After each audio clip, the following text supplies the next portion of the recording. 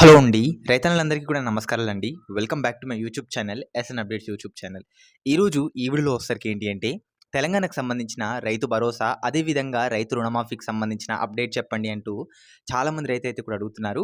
And చాలామందికి రుణమాఫీ కాని వారికి రుణమాఫీ ఎప్పుడవుతుంది? అదేవిధంగా రైతు భరోసా అనేది ఎప్పటినుంచి జమ అవుతుంది? ఎంత అమౌంట్ జమ అవుతుంది అనేది కూడా దీనిపై క్లారిటీ అయితే కూడా ఇచ్చారండి. సో, ఇప్పుడు మీకైతే కూడా ఆ న్యూస్ ఆర్టికల్ అనేది కూడా చదివి చూపిస్తాను.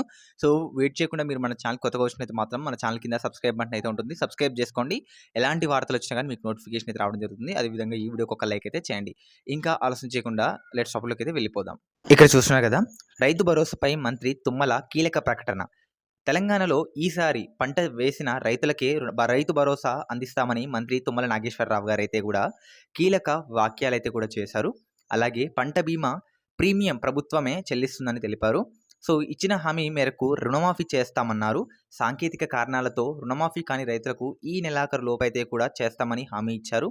కాగా రైతు భరోసా పథకంలో భాగంగా ఎకరాకు 7,500 చొప్పున రెండు విడతల్లో అయితే కూడా ఏడాదికి 15,000 అందించాల్సి అయితే ఉంటుందనైతే కూడా చెప్పారన్నమాట. మరి ఇక్కడ చూస్తున్నారు కదా! తెలంగాణలో వచ్చేసరికి మరి ఈసారి ఎవరైతే రైతులు సో, ఆహ్ రైతు భరోసాకి ఎవరు ఎలిజిబుల్ అంటే, సో, ఎవరైతే రైతు పంట వేసిన వారికైతే కూడా ఈసారి రైతు భరోసా అందిస్తామనైతే కూడా తుమ్మల నాగేశ్వరరావు గారైతే కూడా చెప్తున్నారనమాట. సో, అదేవిధంగా పంట ప్రీమియం కూడా ప్రభుత్వమే చెల్లిస్తుందని కూడా చెప్తున్నారు.